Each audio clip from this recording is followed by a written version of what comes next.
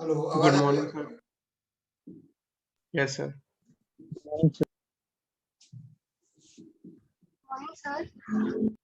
Morning morning, good morning.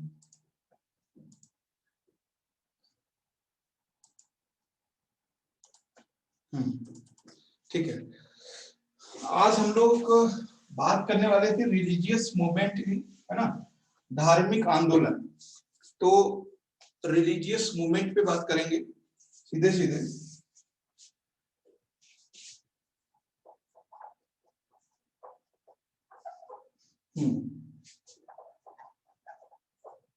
Religious movement,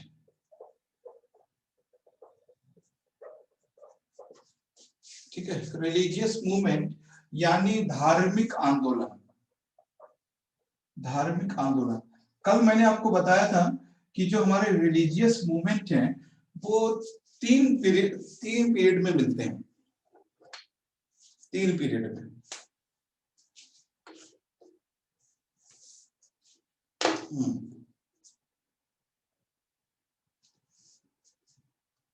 देखो, एक चीज मैं आपको बता दूं कि हमारे हिस्ट्री में तीन जगह पर ये सब कॉन्टेक्ट, ये टॉपिक है। एक तो एंशिएंट हिस्ट्री में, और मिडिवल हिस्ट्री में, मॉडर्न हिस्ट्री में। तो आपने इस चीज पे ध्यान दिया होगा कि जो मॉडर्न हिस्ट्री, जो मिडिवल हिस्ट्री है, ठीक है, जो मिडिवल हिस्ट्री है उसमें टॉपिक जो एंशिएंट है उसमें सोशल रिफॉर्म मूवमेंट। ध्यान दीजिएगा, एंशिएंट हिस्ट्री में लिखा हुआ है social reform movement. Okay. Medieval में लिखा हुआ है रिलीजियस मूवमेंट, और मॉडर्न में लिखा हुआ है सोशल रिफॉर्म मूवमेंट। तीनों में फर्क समझिए। पहले जब हम एंशिएंट में देखते हैं, एंशिएंट में तो वहां पर लिखा हुआ है social reform movement. Okay, social reform.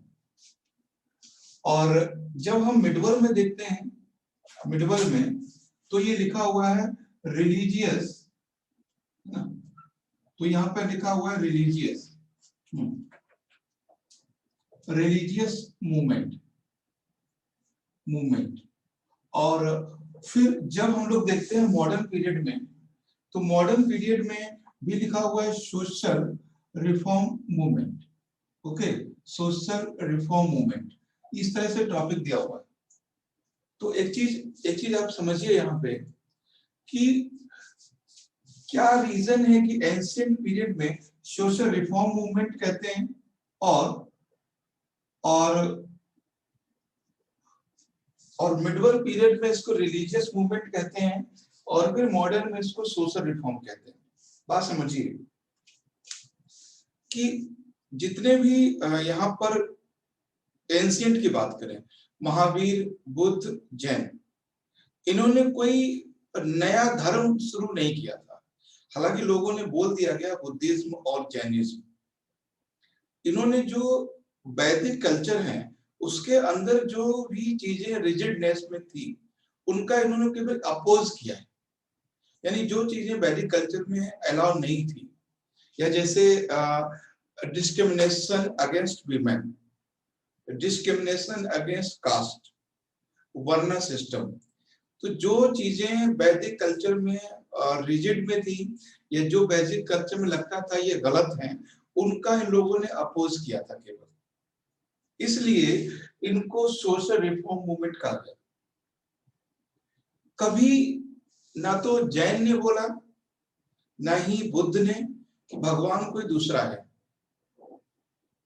Religion बिना गॉड के नहीं हो सकता। ध्यान दीजिए इस चीज को, जो रिलीजन है वो बिना सुपर पावर के नहीं हो सकता। और ना ही महावीर ने, ना ही जैन ने, ना ही चारवाक ने, और ना ही आजीवक ने, किसी ने ये नहीं बोला कि ये आपका भगवान है, ये नहीं, ये है, ऐसा नहीं बोला।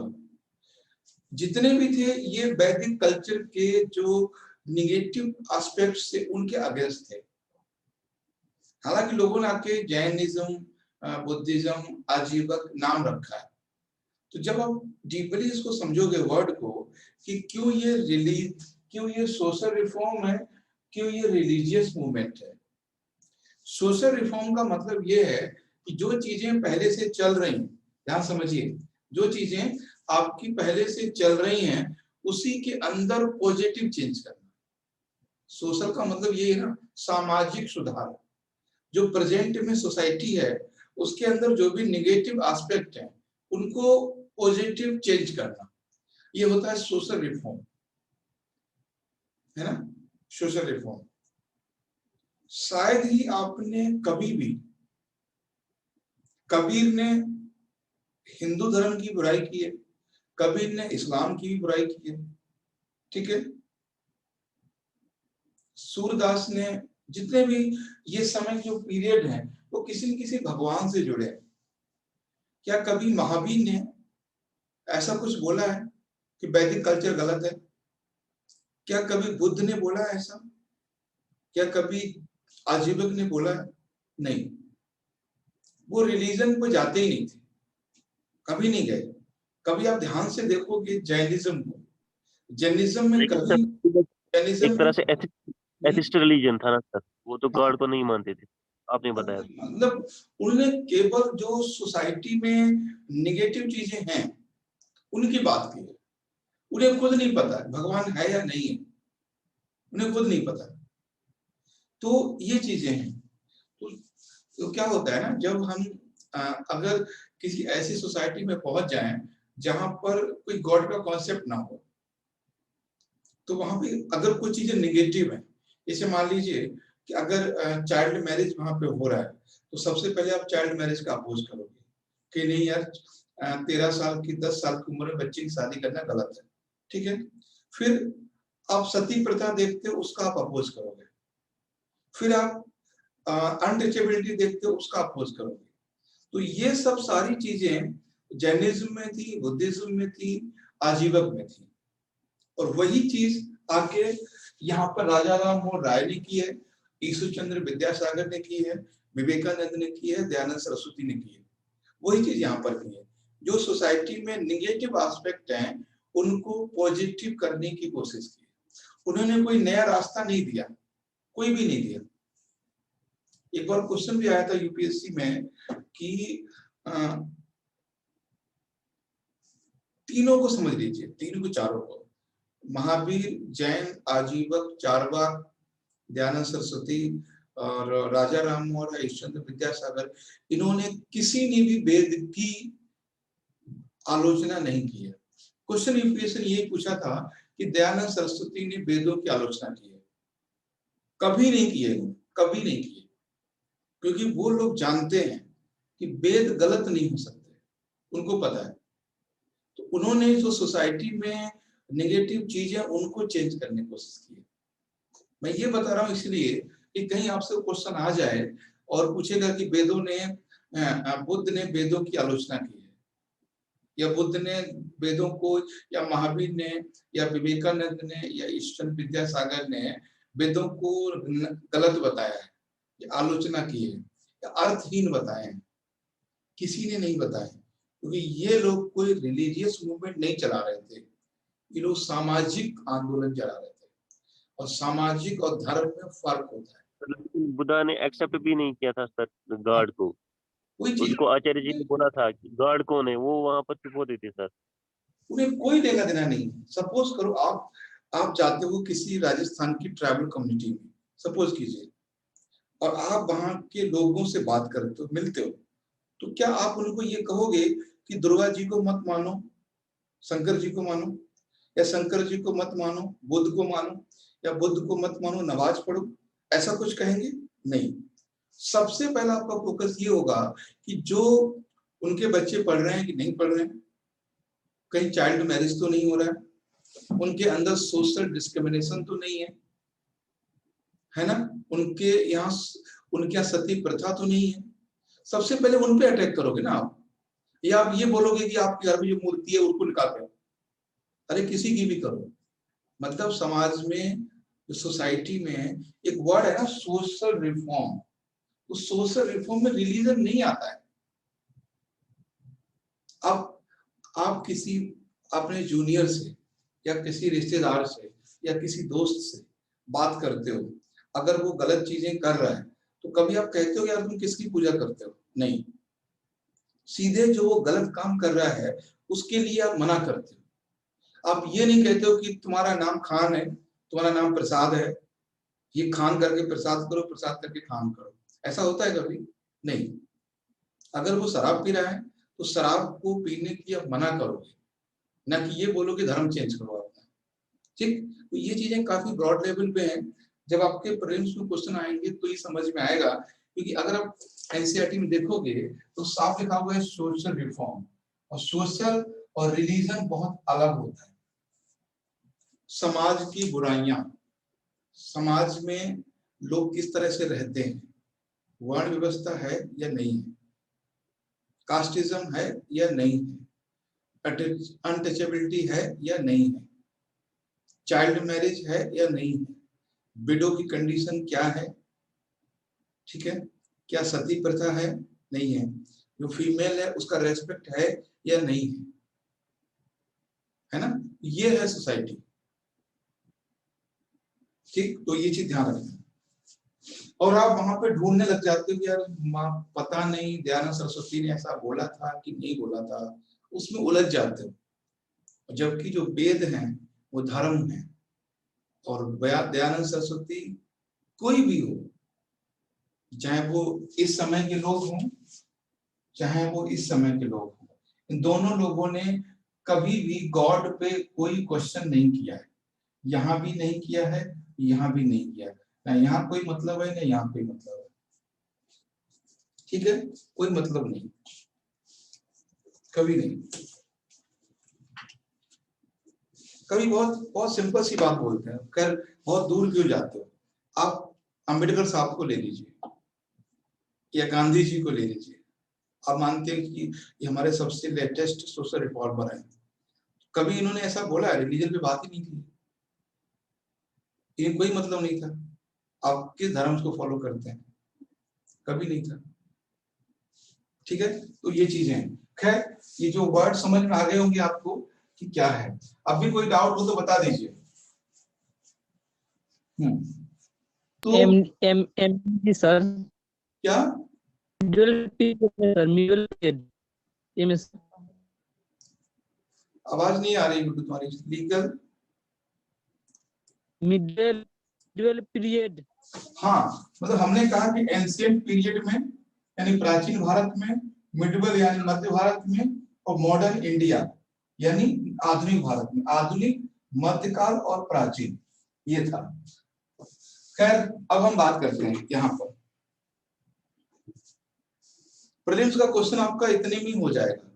ठीक है, अब बात आती है यहाँ पे रिलीजियस मूवमेंट। ठीक, ये रिलीजियस मूवमेंट भारत में शुरू होता है कब? 15th and 16th century.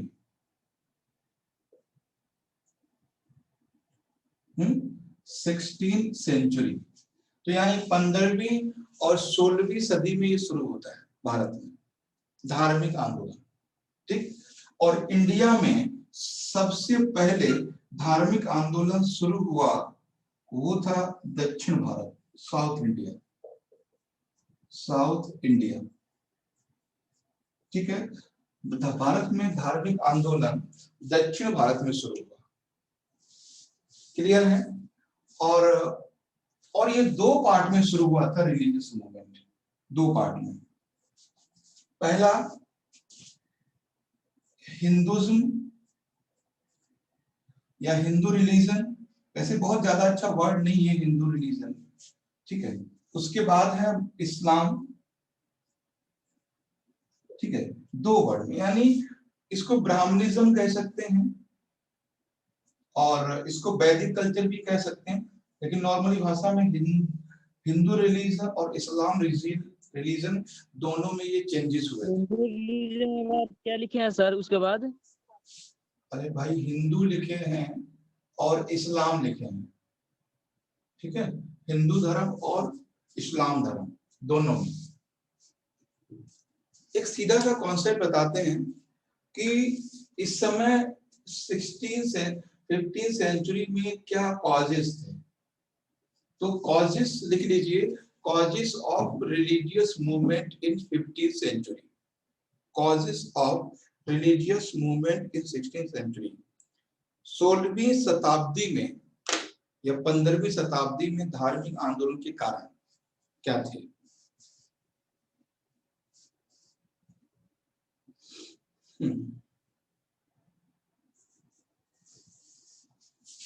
ठीक है, कौन कौन से कारण थे, कौन कौन से कारण हैं, या जो भी रहे हों कि क्यों ये 15th और 16th सेंचुरी में ये हुए हैं, तो क्या कारण है इसको हमें समझना है। 15th और 16th सेंचुरी के क्या कारण है, क्या कारण है बता सकते हैं? कुछ पॉइंट कारणों की बात की करेंगे तो पहला पॉइंट दोनों के बारे में सुन लीजिए। देखिए क्या हुआ है कि ये वो समय है जो बाहरी लोग इंडिया में ज्यादा आ रहे हैं, है ना, कनेक्टिविटी बढ़ी है, डेवलपमेंट बढ़ा है, लिटरेचर बढ़ा है, लोग अवेयर हुए। ध्यान दीजिए मैंने क्या बोला, पहला पॉइंट बोला कि बाहरी लोग भारत में ज्यादा आना शुरू हुए, मुगल हैं, ठीक है। दूसरी चीज, लोग अवेयर ज्यादा हुए, लिटरेचर ज्यादा हो गया है। अब लोग अपने राइट्स को रीजन यानी कि रीजनिंग पावर से समझने लगे, कह सकते हैं तर्क शक्ति। अब लोग तर्क शक्ति समझने लगे। टाइम समझिए क्या है कि टाइम है ये 15th-16th सेंचुरी। यही वो समय है जब बाबर भारत में आते हैं, इसके कुछ समय बाद ईस्ट इंडिया कंपनी आती है, और इसी समय है, इसमें बहुत सारे हिस्टोरियन होते हैं, मतलब बहुत सारे राइटर होते हैं, चाहे वो अमीर खुसरो हो, अल-बरूनी है, इब्न बतूता है, ठीक है, और बरनी है। तो जो आपने दिल्ली सल्तनत में राइटर देखे, बहुत सारे राइटर यहाँ पर होते हैं। तो राइटर लिखते हैं भारत के बारे में, और जब लिखते हैं तो यहाँ के लोग समझते हैं, जब समझते हैं तो जागते हैं, जब जागते हैं तो गलत जगह से भागते हैं। मतलब क्या हुआ, ये वो समय है जब लोग अवेयर होना शुरू होते हैं। जब अवेयर होना शुरू होते हैं तो जहां भी उन्हें रिजिडनेस फील होता है वहां से वो शिफ्ट होना शुरू करते हैं। अब मेन पॉइंट पे आते हैं कि चाहे वो इस समय दो ही रिलीजन है, हिंदू और इस्लाम, ठीक है। इस हिंदू की पहले बात करें जो ब्राह्मण धर्म है, इसमें भी बहुत सारी ऐसी डिस्क्रिमिनेशन थी जिनकी वजह से लोग हिंदू धर्म को छोड़ के जा रहे थे। बहुत सारी ऐसी चीजें थी, और सबसे बड़ा रीजन था कास्टिज्म और वर्णा सिस्टम, डिस्क्रिमिनेशन। यानी कई लोग थे हिंदू धर्म को छोड़ के इस्लाम अपना रहे थे या कोई और धर्म अपना रहे थे, यानी लोग हिंदू से माइग्रेट कर रहे थे, ठीक। उसका रीजन था कि हिंदू धर्म में कई सारी ऐसी बातें थी जो लोगों को परेशान करती थी, लोगों को आपस में मोड़ती थी। मतलब अब बात आती है कि ये चीजें पहले भी तो थी, 6th सेंचुरी में, 8th में, 9th में, 10th में, क्या इस समय ऐसा क्या हुआ? फिर वही बात, इस समय लोगों ने पढ़ना लिखना सुनना सीख लिया। जब उन्होंने सीख लिया है तो उन्हें लगा कि यार ये आदमी मंदिर में जा सकता है, हम क्यों नहीं, ये आदमी मंदिर में जा सकता है। तो बहुत सी चीजें डिस्क्रिमिनेट में होती चली गई। एक आदमी, सपोज में ध्यान दीजिएगा, अगर हिंदू धर्म में ऐसा हो कि जो वैष्णो देवी जाएगा, ध्यान सुनिएगा मेरी बात, हिंदू धर्म अगर ऐसा हो कि जो वैष्णो देवी जाएगा वही मोक्ष प्राप्त कर सकता है, और जिसके पास वैष्णो देवी जाने के पैसे नहीं, जो वैष्णो देवी जाने की कैपेसिटी नहीं है जिसकी, उसके मन में क्या आएगा? या इस्लाम में ऐसा हो कि जो मक्का, जो हज नहीं करेगा उसकी जिंदगी खराब है। अगर ऐसा हो कि अगर हज नहीं किया तो तुम्हारी जिंदगी बेकार है एक मुसलमान को, तो जो बाकी मुसलमान हैं जो हज नहीं कर सकते, मक्का नहीं जा सकते, उनके मन में क्या आएगा? तो वही चीजें यहाँ पे हो रही थी। आप नमाज नहीं पढ़ सकते, आप ये नहीं कर सकते, आप मंदिर नहीं जा सकते, आप मस्जिद नहीं जा सकते। तो ये जो लोगों के अंदर एक इनसिक्योरिटी की फीलिंग आ रही थी, डिस्क्रिमिनेशन, छोटा बड़ा, छोटे बड़ी की जो फीलिंग आ रही थी, यही लोगों को रिलीजन से माइग्रेट करने के लिए पुशअप कर रही थी। तो ये मेन रीजन था कि कुछ प्रॉब्लम इस्लाम में थी। जैसे इस्लाम में प्रॉब्लम थी कि भाई फीमेल मस्जिद में नहीं जा सकती, है ना। इस्लाम में जो म्यूजिक है वो टैबू है, इस्लाम में गाना मना है, कि और भी चीजें थी जो इस्लाम में मना थी। ठीक, अब प्रॉब्लम थी कि ये बाकी जगह पे हो रहा है, मतलब ग्लैमर नहीं है इस्लाम में, बिल्कुल नहीं है ग्लैमर, और लोग ग्लैमर चाहते थे। जहां उन्हें रात भर जागरण करके डांस करने का मौका मिलता है तो वो क्यों रहेंगे, 5 बार नमाज क्यों पढ़ेंगे। देखो, एक आदमी 45 ईयर के बाद, 50 ईयर के बाद क्या सोचता है वो अलग बात है, लेकिन एक 16 ईयर का बच्चा क्या सोचता है उनका अलग है। उसको मतलब नहीं है कि भाई मोक्ष मिलेगा कि स्वर्ग मिलेगा कि नरक मिलेगा। उसका जो एज है वो अभी उसमें जीना चाहता है, उसको नहीं मतलब इस हदीस से, शरीयत से, वो अभी जिंदगी जीना चाहता है, अभी वो बाद की बातें हैं। तो प्रॉब्लम ये सारी हो रही थी कि हिंदू धर्म में कई सारे रिस्ट्रिक्शन थे और इस्लाम में भी कई सारे रिस्ट्रिक्शन थे। तो इन्हीं को रिस्ट्रिक्शन की वजह लोग माइग्रेट कर रहे थे। अब यहाँ पे समझिए, तो कुछ हिंदू धर्म के जो रिफॉर्मर थे, सोशल रिफॉर्मर, उन्होंने सोचा क्यों ना कि हम कुछ नया रास्ता निकालें और जो लोग माइग्रेट कर रहे हैं उनको रोक लिया जाए। और यही कोशिश इस्लाम की तरफ से की गई, यही कोशिश इस्लाम की तरफ से की गई, और यही कोशिश हिंदू धर्म की तरफ से की गई। इस्लाम की तरफ से जो कोशिश की गई उसको कहा गया सूफीज्म। इस्लाम की तरफ से जो कोशिश की गई उसको कहा गया सूफीज्म, और हिंदू धर्म से तरफ से जो कोशिश की गई उसे कहा गया भक्तिज्म। ठीक है, आई थिंक समझ में आ गया होगा आपको कि इस समय की जो कारण थे वो यही थे, सोशल या रिचुअल डिस्क्रिमिनेशन। तो सूफीज्म आया, है ना, सर सूफीज्म और भक्ति। अभी एक मिनट, भक्तिज्म आया, बताएं, आप बताएं। यस, ये कह रहा था कि जैसे ये जो मूवमेंट हुआ है इसका जो कॉजेज में हम एक शब्द में लिखना चाहे तो पुनर्जागरण कर सकते हैं ना उसकी जगह। पुनर्जागरण क्या, देखो पुनर्जागरण अलग चीज होती है। पुनर्जागरण मतलब होता है जो चीजें पहले थी बीच में खत्म हो गई फिर हो गई। इसको हम इसलिए ऐसे कह सकते हैं, discrimination on the basis of gender, on the basis of caste, on the basis of community. Discrimination थे, discrimination on the basis of caste, basis of बर्न सिस्टम, बेसिस ऑफ इकोनॉमी, और रिजिडनेस, रिजिडनेस बहुत थी इसमें, rigidness बहुत थी। क्या होता है ना कि मान लीजिए 2 फ्लाइट हैं, आपको मुंबई से दिल्ली आना है, बात समझिएगा, 2 फ्लाइट हैं, आपको मुंबई से दिल्ली आना है, दिल्ली से मुंबई जाना है, दोनों का फेयर सेम है ना। एक फ्लाइट ऐसी है जिसमें आपको खाना मिलता है, नाश्ता मिलता है, और वो सारी फैसिलिटी हैं जो आप चाहते हैं रास्ते में।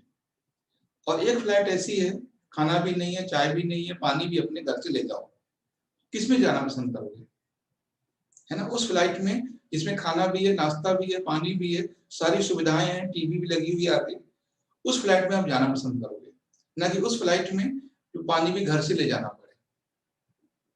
समझ रहे मेरी बात। तो ये चीजें, तो कहां पर फ्लेक्सिबिलिटी मिलती है, पॉपुलेशन उधर मुड़ती है,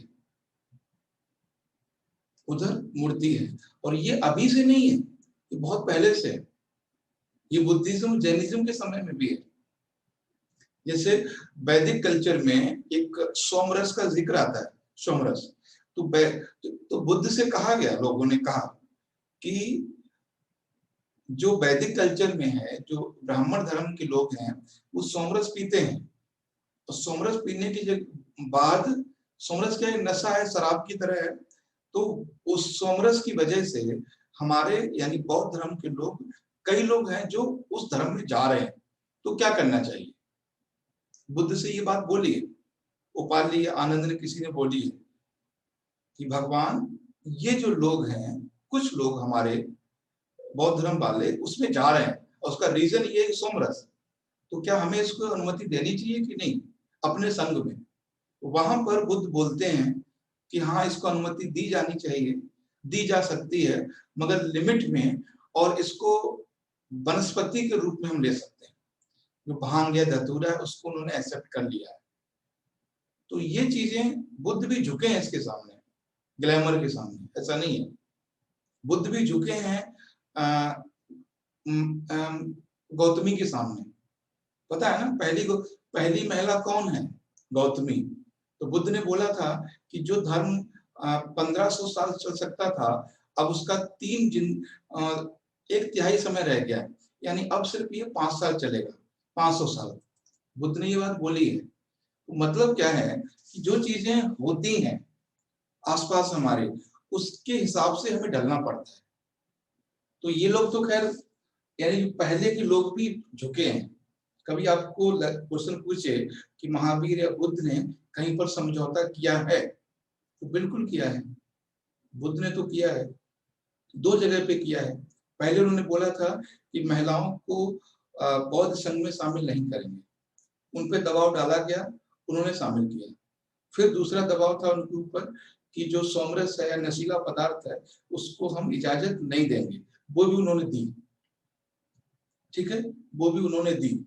तो ये बहुत सारी बातें थी। तो आई थिंक समझ में आ गया होगा आपको कि ये सूफिज्म और भक्तिज्म क्या है। ठीक, तो ये है। फ्यूजन सर मुस्लिम में आता है सर ना? हाँ, अभी सिर्फ इतना समझना है कि रिलीजियस मूवमेंट जो हुआ है उसका कारण 2 हैं। पहला कारण है भेदभाव, डिस्क्रिमिनेशन, और दूसरा कारण है कि रिलीजन में रिजिडनेस। रिजिडनेस का मतलब, देखो रिजिड कुछ नहीं होता है, रिजिड कुछ भी नहीं होता है। बस ये कि जो हमारे उसूल हैं थोड़े टफ हैं, और हमारे उसूलों से कोई दूसरा इंसान मिलता है उसके उसूल थोड़े से सॉफ्ट हैं, तो हम रिजिड हो जाते हैं, है ना। और यही चीजें वैदिक काल में रिजिड नहीं थी, लोगों लगी थी, लेकिन अब रिजिड लगने लगी है क्योंकि बाकी जगह फ्लेक्सिबिलिटी ज्यादा हो गई है ना। भांग पी के मस्ती करते हैं वो लोग, और ये लोग सोचते हैं 5 बार नमाज पढ़ने वाले, यार देखो इनके मजे हैं, पूरी रात में डांस करते हैं मूर्ति के सामने, जागरण करते हैं, और सुबह को खाना खाते हैं, डांस करते हैं। हम देखो कुर्ता पैजामा पहन के टोपी लगा के दो। तो ये क्या होता है, ये अट्रैक्शन होता है। ठीक, ये है। अब आप जाइए अजमेर, देखिए जाकर, वही है जो जागरण में होता है, अजमेर में होता है। कभी आप गए होंगे अजमेर तो देखा होगा, वहां पे 24 आवर कव्वाली होती है, 24 आवर कव्वाली। कौन गया है वहां पे? अल्ताफ मुस्कुरा रहे थे। पूरा माहौल बना रहता है उधर, जाना कभी, देखना, कभी इधर कभी उधर, ऐसा लगता है कि है ना। तो पूरे अच्छा माहौल रहता है उधर, खुशनुमा, कोई प्रेशर ही नहीं होता। आप जब जैसे आप एंट्री करोगे, बस ग्लैमर ही ग्लैमर है। एक ही जगह थोड़ी तकलीफ होती है जहां पर चादर चढ़ानी होती है, वहां थोड़ी भीड़ होती है, बाकी जगह बस मस्ती मस्ती उधर, तो लोग जाते हैं। सर आप गए हो कभी? हाँ बिल्कुल गए, हम तो एक बार नहीं कई बार गए, एक बार नहीं, जब भी अजमेर चादर चढ़ाई वहां पर? हैं? चादर चढ़ाई सर? चादर चादर? हाँ हाँ बिल्कुल, चादर चढ़ाई है। अरे चादर में तो बहुत कुछ हो जाता है वहां पे। पहली बार में तो बड़ी बड़ी महंगी पड़ी चादर, है ना। देखने में बहुत अच्छा लगता है सर। हाँ, तो पहली बार जाओगे तो बहुत खर्चा हो जाएगा आपका। तो खैर जो भी है, कितना हो जाएगा? हैं? सर का कितना हो जाएगा? खर्चा जितना चाहे उतना हो जाएगा, डिपेंड करता है।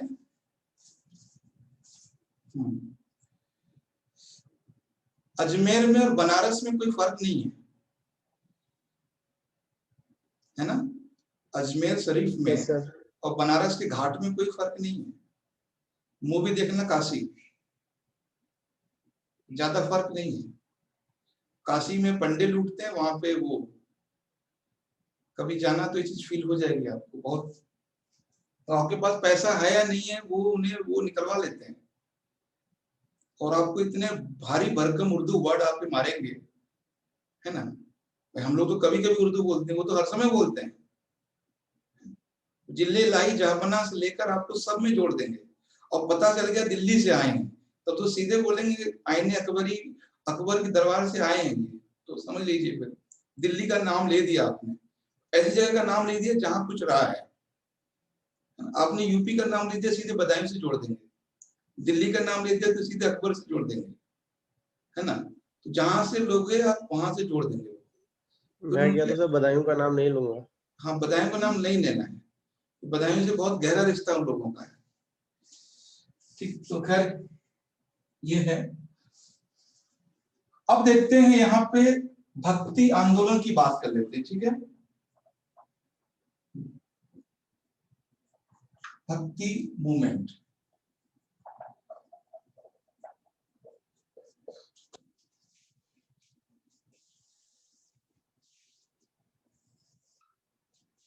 भक्ति मूवमेंट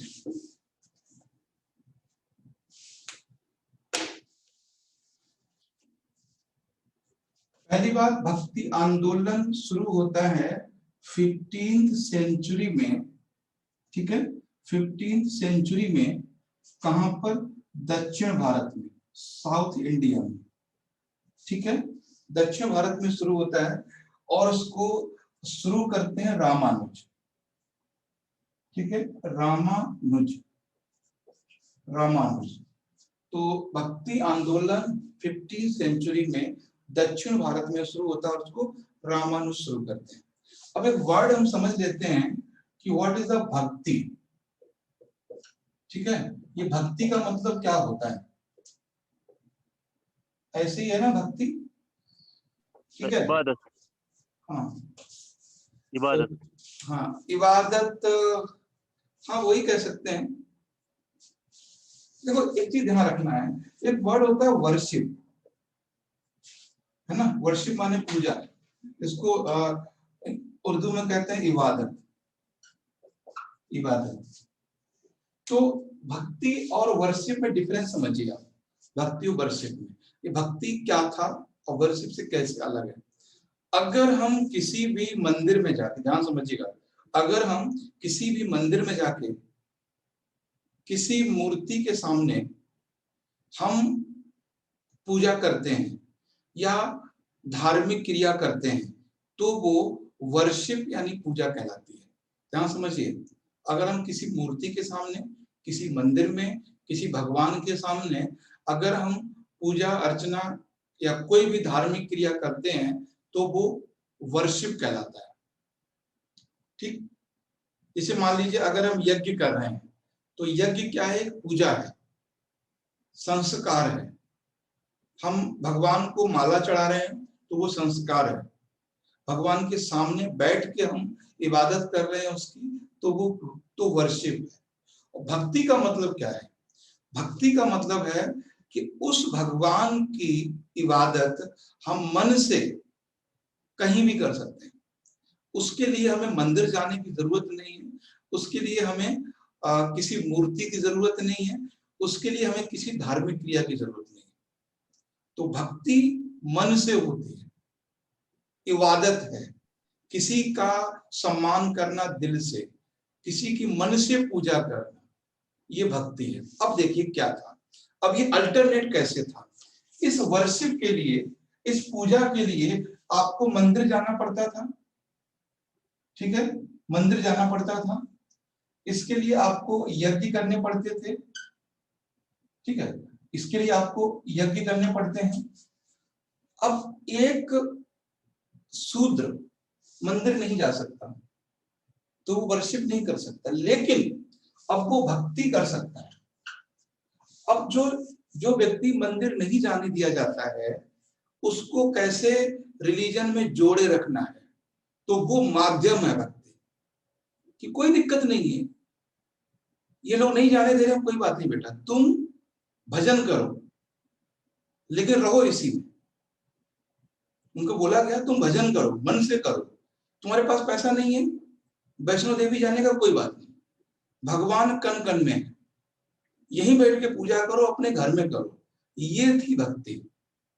यज्ञ नहीं करने दे रहे ये लोग, कोई बात नहीं, मन में पूजा करो, ये भक्ति है। तो भक्ति का ऑप्शन इसलिए लाया गया है क्योंकि जो लोग असमर्थ थे या जो लोग प्रतिबंधित थे वो भी कर सकते थे। अब किसी के पास पैसा नहीं है भाई वैष्णो देवी को जाए, तो वो स्वर्ग जाने का अधिकारी नहीं है क्या? बिल्कुल है, वो भक्ति करेगा। किसी के पास तो अब ये बताइए कि भक्ति क्लियर है आपको? कभी आपको समझाना पड़े कि भक्ति है क्या? भक्ति भगवान की, अपने इष्ट की मन से उपासना करना, मन से पूजा करना, मन से इबादत करना भक्ति कहलाता है। इसके लिए किसी मूर्ति या किसी क्रिया की जरूरत नहीं पड़ती। और ये भगवान कण कण में, हाँ, कण कण में है भगवान। भक्ति का कॉन्सेप्ट सर भाव से होता है। हाँ, अब वही पूजा का जो कॉन्सेप्ट होता है उनसे जोड़ने का होता है, बस कि उसके थ्रू हम थोड़े जुड़े रहें। वरना अगर वास्तव में जो भाव होते हैं, भक्ति होती है सर, उसमें ना तो कोई पूजा है ना तो कुछ है, क्योंकि आप हमेशा उनमें जियोगे। हाँ, आप उनमें पूरा विश्वास करोगे कि आपको पूजा करने की जरूरत ही नहीं पड़ेगी, ना कुछ करने की जरूरत पड़ती है। मतलब आपको वास्तव में वो रियलाइज होता है कि हाँ वो चीज है। भक्ति जो होता है सर एक भाव और विश्वास का कॉन्सेप्ट है। हाँ, यही वजह थी भक्ति को लाने का पर्पज। आपको समझ में आ गया होगा कि वो लोग जिन्हें मंदिर में नहीं जाने दिया जाता था, वो लोग जिन्हें के पास पैसा नहीं था, वो लोग जिनके पास इतनी सुविधाएं नहीं थी कि वो यज्ञ कर पाते या यज्ञ में दान दे पाते, तो ऐसे लोगों के लिए रास्ता निकाला गया कि आप ये करो, धर्म छोड़ के मत जाओ। ठीक है, तो ये था तो भक्ति। तो आप देखिए, समझ लीजिए आप यहाँ पर। अब हम बात करते हैं सीधे सीधे रामानुज के बारे में। ठीक है, रामानुज और क्या है, और जो भक्ति है इसकी भी हम आपको बात बता देते हैं। भक्ति है वो दो तरह की है। ठीक है, भक्ति भी दो तरह की, एक तो थी विजुअल यानी दृश्य, क्या बोलते हैं इसको, सगुण, और दूसरा है नॉन विजुअल। ठीक है, भक्ति भी दो तरह की थी, निर्गुण। ध्यान दीजिएगा यहाँ पे, भक्ति भी दो तरह की है, निर्गुण और सगुण। निर्गुण और सगुण भक्ति दो प्रकार के। अब पूछेगा निर्गुण क्या है, सगुण क्या है? पहले जो विजुअल है उसका मतलब है, अगर हम किसी की इमेज करके किसी की भक्ति करते हैं, वो ऐसा है, जैसे हम श्री कृष्ण की भक्ति करते हैं, तो श्री कृष्ण की इमेज हमारे जहन में है, इमेज हमारी नजरों में है कि श्री कृष्ण ऐसे हैं, विष्णु जी ऐसे हैं, शंकर जी ऐसे हैं। तो ऐसी भक्ति जो किसी की मूर्ति को ध्यान में रख के किया जाए, किसी की चेहरे को, किसी के पिक्चर को मन में रख के किया जाए, उसको हम कहते हैं सगुण। जो जितने विष्णु की भक्ति करते हैं, जितने राम की भक्ति करते हैं, जितने श्री कृष्ण की भक्ति करते हैं, वो सारे लोग सगुण कहलाते हैं। तो सगुण और निर्गुण वो लोग हैं जिनके मन में किसी का इमेज नहीं है, जिसके मन में किसी का चित्र नहीं है, वो एक पावर है कोई जिसको मानते हैं। जैसे कबीर है, कबीर का मानना है कि कबीर निर्गुण को मानते हैं, तो बोलते कि नहीं ऐसा नहीं है, कोई ऐसी शक्ति है, कोई ऐसी पावर है जो हमें दिखाई नहीं देती, लेकिन वो है, उसी में वो उसी की भक्ति करते हैं। जैसे कबीर दास हैं, रैदास हैं, रैदास का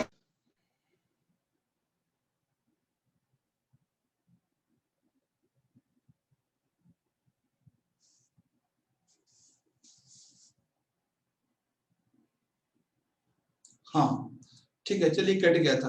तो अभी हम समझते हैं कि भक्ति, जो लोग हैं जिनके मन में कोई इमेज होती है ना, इसके मन में कोई इमेज होती है, और यहाँ पे क्या है, कोई इमेज नहीं होती है, कोई भी इमेज नहीं होती है, वो सुपर पावर को मानते हैं।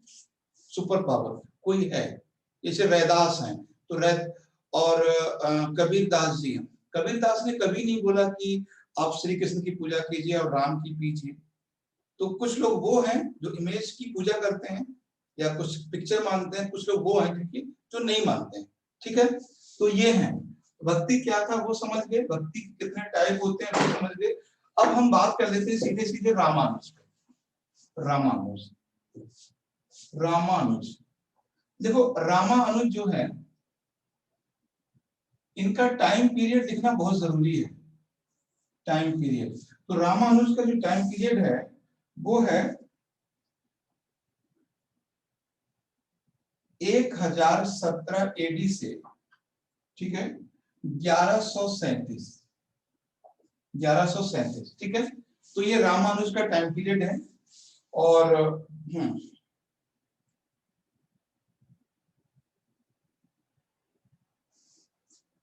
तो ये है, इन्होंने जो फिलॉसफी शुरू की थी या दर्शन था विशिष्टाद्वैत। तो कभी ये क्वेश्चन बन सकता है कि विशिष्टाद्वैत क्या है।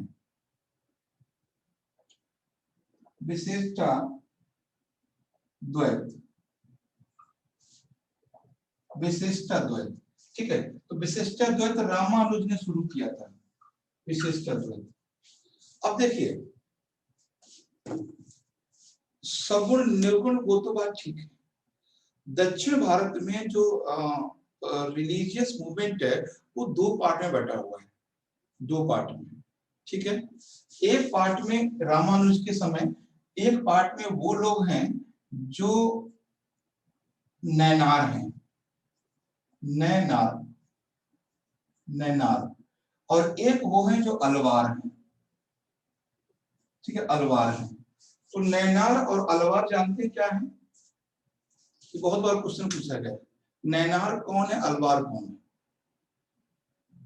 नैनार वो लोग हैं जो शिव जी की पूजा करते हैं, शिव की, और अलवार वो लोग हैं जो विष्णु की पूजा करते हैं, ठीक है। सिंपल से लिख लीजिए, नैनार से लिख लीजिए शिवा, शिव जी, और यहाँ पर विष्णु जी, ठीक है। तो लॉर्ड विष्णु और लॉर्ड शिवा। कभी क्वेश्चन पूछेगा अलवार कौन है? अलवार वो लोग हैं दक्षिण भारत में जो विष्णु जी की पूजा करते हैं, और नैनार वो लोग हैं जो शंकर जी की पूजा करते हैं, ठीक है। तो ये इन्हीं के समय था, रामानुज के समय में था, और आज भी है, लेकिन ये धार्मिक समुदाय है दक्षिण भारत के। तो रामानुज ने सबसे पहली बार दक्षिण भारत में भक्ति मूवमेंट की शुरू किया। और भक्ति मूवमेंट, अच्छा कभी पूछेगा आपसे कि रामानुज किसको मानते थे, विष्णु को या शिव जी को? देखो, भक्ति विष्णु के बिना नहीं हो सकती, है ना। भक्ति जो है विष्णु के बिना नहीं हो सकती। सबसे पहले अगर किसी के अवतार की बात हुई है तो विष्णु की बात हुई है ना। विष्णु के 10 अवतार बताए, 9 या 10, ठीक है। तो सबसे पहले विष्णु के अवतार की बात हुई। तो जो रामानुज हैं वो वैष्णव हैं, ठीक है। तो चाहे तो आप यहाँ पे लिख सकते हैं वो वैष्णव हैं, वैष्णव, ठीक है, वो वैष्णव हैं। रामानुज वैष्णव हैं, इस तरह से वैष्णव हैं रामानुज। तो ये समझ में आ गया आपको कि रामानुज दक्षिण भारत के, इनका समय ये है। और समय आप समझिए ये क्या है, उत्तर भारत में कौन था इस समय? सर ये क्या है, विश्वहिदिदत्या? विशिष्टाद्वैत। सर ये क्या? विशिष्टाद्वैत का मतलब होता है कि भगवान के रूप दो हैं, भगवान के रूप दो हैं। एक तो भगवान वो है जो स्वर्ग में रहते हैं जिन्हें हम लोग विष्णु कहते हैं, और एक भगवान वो हैं जो धरती पर रहते हैं, उन्हीं का रूप है जिन्हें हम श्री कृष्ण और राम कहते हैं। विशिष्टा द्वैत, द्वैत मतलब दो, है ना। तो अवतारवाद की धारणा को उन्होंने स्वीकार किया है, विशिष्टा द्वैत, यानी उन्होंने भगवान के दो रूप माने हैं। जैसे शिव जी हैं, शिव जी के भी अवतार हैं, रुद्रावतार, ठीक है। तो इस तरह से, और विष्णु के भी अवतार हैं। तो विशिष्टा द्वैत का मतलब भगवान के दो रूप हैं, एक वो जो अमर हैं, अनंत हैं, जिन्हें हम विष्णु कहते हैं, और एक वो जो धरती पर समय समय पे आते हैं, अवतार लेते हैं, राम के रूप में आते हैं, कभी विष्णु, कभी कृष्ण के रूप में आते हैं, इस तरह से, ठीक है। तो है ये विशिष्टा द्वैत। क्लियर हुआ अल्ताफ? अब कुछ ये सर नाम, clear हुआ। हाँ, अब कुछ नाम लिख लेते हैं, और जिनको हम लोग फिर समझ जाएंगे। कुछ नाम लिखते हैं, फिर समझ जाएंगे आप लोग हम क्या कहना चाह रहे हैं।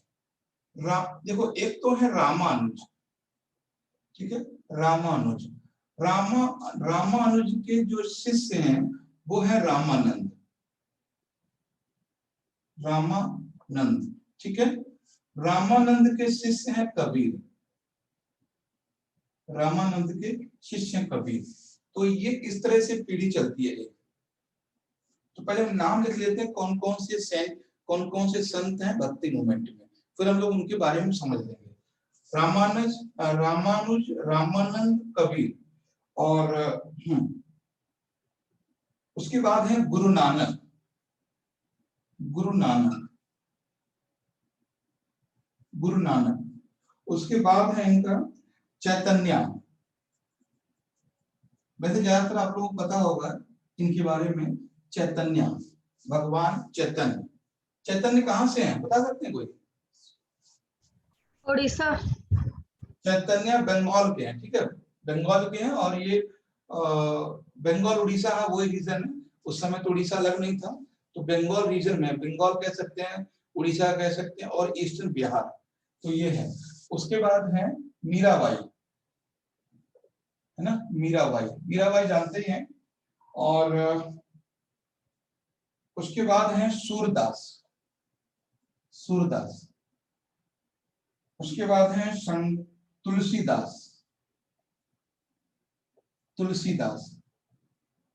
ठीक है, तुलसीदास। उसके बाद है शंकरदेव,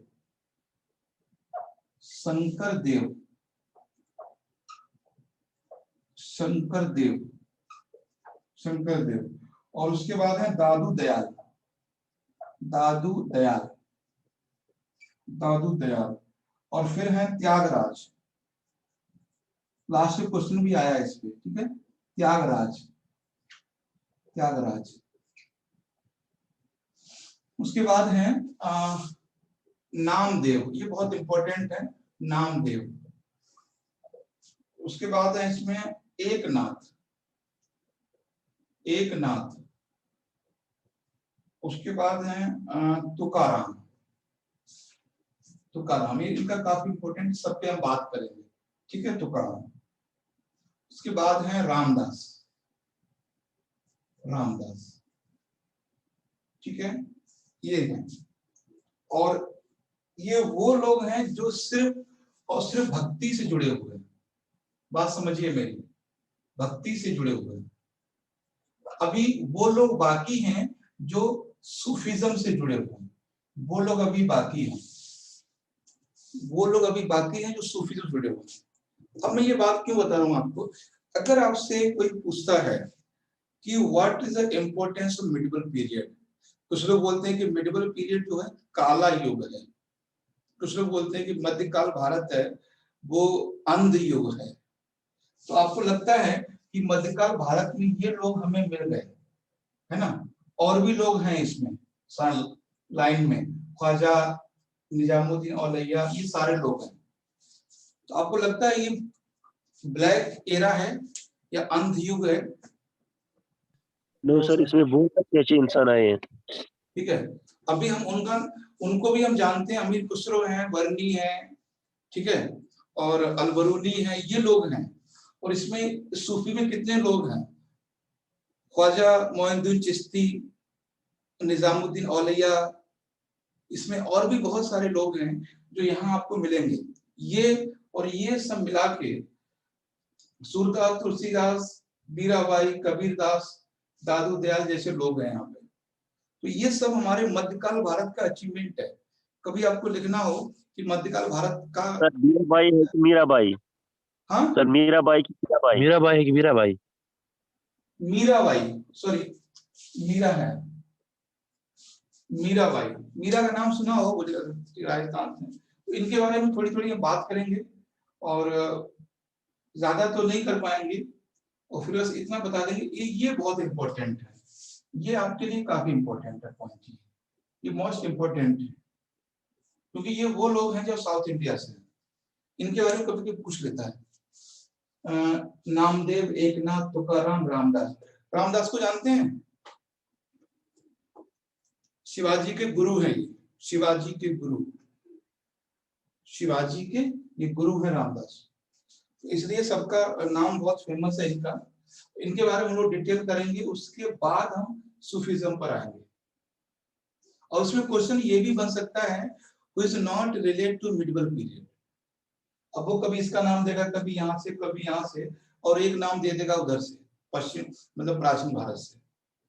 तो ये याद रखना है, ये सारे के सारे नाम 15th और 16th सेंचुरी के मध्यकाल भारत के, ठीक है। तो आगे हम लोग इससे कल हम सीधे शुरू करेंगे रामानंद से। देखिए रामानंद और रामानुज दोनों की कहानी ये है कि जो रामानुज है वो दक्षिण भारत में भक्ति आंदोलन शुरू करते हैं, लेकिन उत्तर भारत में लाने का काम रामानंद करते हैं। तो कभी आपसे क्वेश्चन बन सकता है, the person who give awareness about the भक्तिज्म in North India, that is the Ramanand. और रामानंद इनके शिष्य हैं, और इनके शिष्य कबीरदास, ठीक है। इनके जो शिष्य हैं वो कबीरदास जी हैं। तो उत्तर भारत यानी नॉर्थ इंडिया में रिलीजियस भक्ति मूवमेंट को लाने का काम रामानंद ने किया है, और दक्षिण भारत में शुरू करने का काम रामानुज ने किया। बाकी हम लोग यहीं से कल शुरू करते हैं आगे रामानंद से,